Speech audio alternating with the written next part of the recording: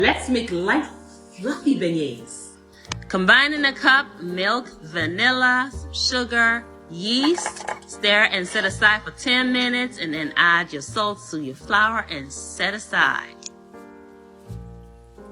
Now add 1 egg. Now go in with your hand and begin kneading.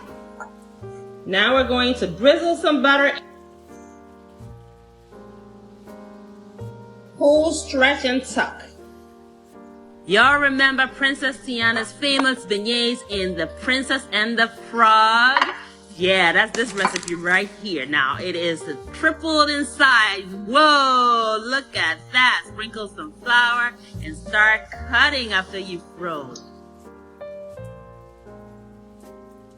Now, let's fry some beignets. And don't you think I forgot about the confectionery sugar.